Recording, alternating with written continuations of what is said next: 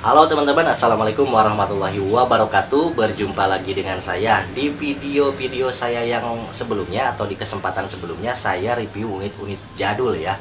Tapi kali ini saya nggak review unit jadul. Kenapa? Jadi begini ya, sebetulnya unit ini saya beli udah lama ya, sekitar tahun 2015. Jika lihat dari tahunnya, ini umurnya udah 5 tahun, bisa dibilang ini unit jadul. Tapi setelah saya buka-buka internet, di beberapa penjual atau di beberapa lapak ada yang masih menjual unit ini, jadi tidak bisa saya kategorikan sebagai unit jadul. Nah, meskipun tidak jadul ya, tapi saya lihat-lihat ada beberapa keunikan dari unit ini. Itulah makanya kenapa saya tertarik untuk mereview unit ini. Ini adalah unit SL8 ya, Sniper SL8. Seperti ini bentuknya ya. Oke, saya perlihatkan sisi sebelah kirinya seperti ini. SL8 ini di versi senjata aslinya ini adalah keluaran dari pabrik senjata Heckler & Koch atau biasa disebut dengan HK ya. Orang-orang Indonesia, lidah Indonesia biasanya nyebut dengan HK ya. Heckler & Koch ini adalah salah satu pabrik senjata di Jerman yang berdiri pada sekitar tahun berapa ya? 1949 kalau nggak salah. Dan memproduksi beberapa jenis senjata, termasuk salah satunya senjata laras panjang seperti ini. Yang lebih populer dari HK atau Heckler & Koch ini adalah tipe MP5 dan G36. Kalau teman-teman tahu, suka main game pasti tahu MP5 sama G36 ini sama-sama dikeluarkan oleh pabrik yang sama, yaitu Heckler & Koch. Dan karena ini versi replikanya atau versi airsoft springnya, jadi tidak serealistis senjata aslinya ya. Dan bahkan ada keunikan-keunikan tersendiri yang memang tidak ada di senjata aslinya. Nah, menarik ya. Tapi sebelum kita melangkah ke review, saya mau bahas dulu asal-muasal dari bentuk ini ya. Kalau kita lihat-lihat ya, kita perhatikan dengan seksama, ini si desain bentuknya itu sangat mirip ya, atau hampir mirip dengan G36. Coba teman-teman lihat di atasnya sini. Kalau misalnya teman-teman tahu ya, G36 ini rada ke atas dikit, tapi bentuknya sama seperti ini. Posisinya ini, kalau G36 ini si relnya ini di atas dan ini lebih di bawah ya, jadi lebih ramping gitu. Oke, ininya juga sama. Kalau G36 ukurnya bukan mode sniper seperti ini, tapi langsung grip seperti ini langsung disatukan atau disambung dengan popor ke sini. Oke, nah ini hampir mirip banget dengan G36, seperti G36 yang ditarik menjadi panjang gitu. Oke, selanjutnya dari magasennya. Nah, seperti biasa mungkin sudah tidak perlu saya jelaskan lagi ya cara pengoperasian magasen airsoft spring, karena di video-video sebelumnya saya sudah jelaskan. Langsung aja kita masukin magasennya. Oke, nah jika di G36 magasennya itu bentuknya seperti ini, agak panjang segini kurang lebih. Nah, ini karena ini mode sniper ya, jadi magasennya itu pendek. Nah, seperti ini, mantap ya. Oke, kemudian perlu saya informasikan sedikit bahwa unit ini sebetulnya panjangnya nggak segini. Ini panjangnya segini ya. Ini ada outer barrelnya dari sini yang nongol ke sini. Tapi ini kebetulan hilang, punya saya ini hilang si outer barrelnya, jadi cuma bisa saya perlihatkan segini aja ya. Oke, karena seperti sudah saya sampaikan sebelumnya, ini si unit ini kehilangan outer barrelnya. Saya perkirakan segini kurang lebih ya outer barrelnya nih ya. Segini. Oke, kita hitung angka nolnya dari sini aja. Kemudian kita ukur sampai ujung. Ini kurang lebih panjangnya sekitar 90 cm ya. Nah, berhubung beberapa tahun yang lalu saya sebetulnya sudah pernah punya unit AEG atau automatic electric gun tipe SL8 ini. Jadi setelah saya lihat, saya bandingkan, saya rasakan ini tidak 1:1, tidak realistis. Ukurannya aslinya lebih gede dari ini. Jadi 90 cm itu mungkin ya, mungkin sekitar 4/5 atau 3/4 dari ukuran aslinya. Jadi ini lebih kecil dari aslinya. Aslinya lebih gede dari ini ya.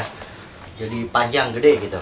Kemudian kita bahas satu persatu detailnya ya. Berhubung saya sudah pernah punya AEG tipe ini, jadi lebih gampang untuk menjelaskannya ya. Nah, jika di versi AEG-nya itu atau di versi senjata aslinya yang lebih realistis, ini bisa adjustable ya, mungkin maju mundur sama naik turun. Tapi di sini di versi airsoft spring ini ininya fix, nggak bisa naik turun, jadi cuman segini aja. Oke, selanjutnya jika posisi kita membidik ya, posisi kita membidik ini karena ini nggak realistis, ukurannya nggak 1:1, jadi rada apa ya, kurang enak gitu. Ini ngebidik aja susah. Kalau misalnya mata saya pengen pas di lubang pisir ini agak susah. Seharusnya Yang versi aslinya itu ini karena lebih gede, jadi ini posisi popornya itu di bawah sini. Di bawah sini, bukan setinggi ini. Nggak enak.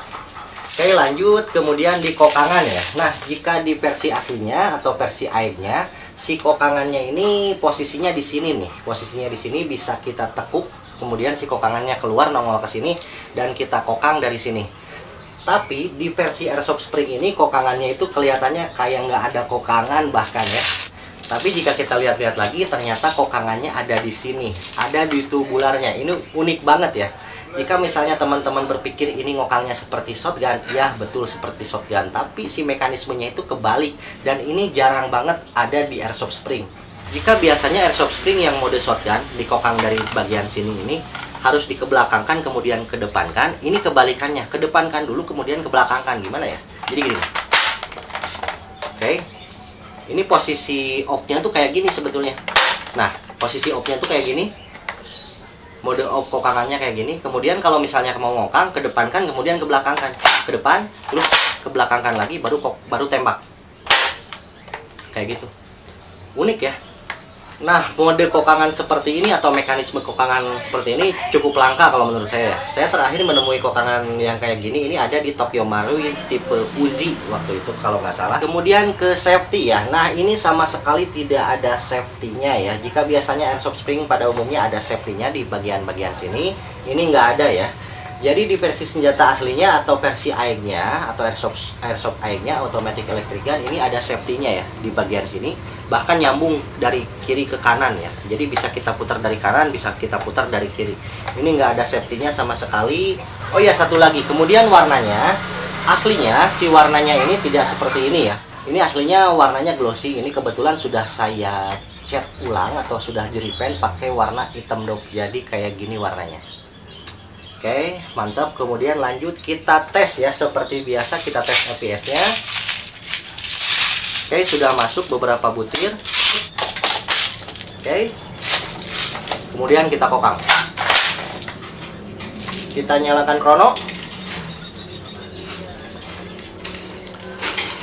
Oke, sudah saya setting 0,20 gram ya.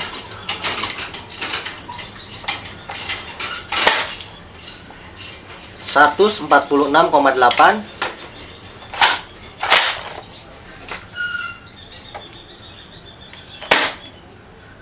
144,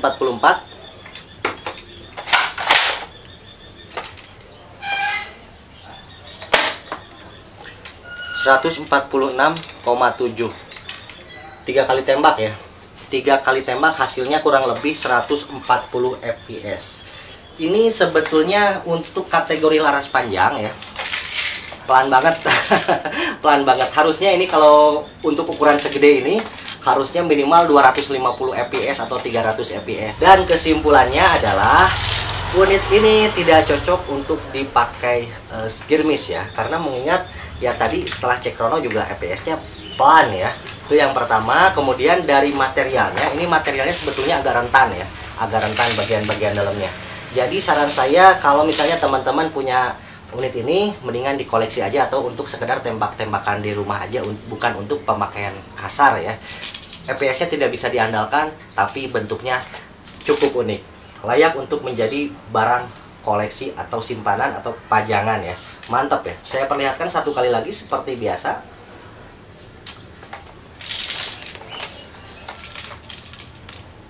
Oke. Nah, kalau misalnya teman-teman mau pajang bisa posisi begini, bisa juga posisi begini, bebas. Di kesempatan kali ini segitu aja dulu dari saya. Semoga video ini bisa menginspirasi dan menghibur teman-teman semua. Yang belum subscribe silahkan subscribe. Jangan lupa juga like, komen, dan share ya. Mohon maaf apabila ada kekurangan. Saya pamit. Assalamualaikum warahmatullahi wabarakatuh.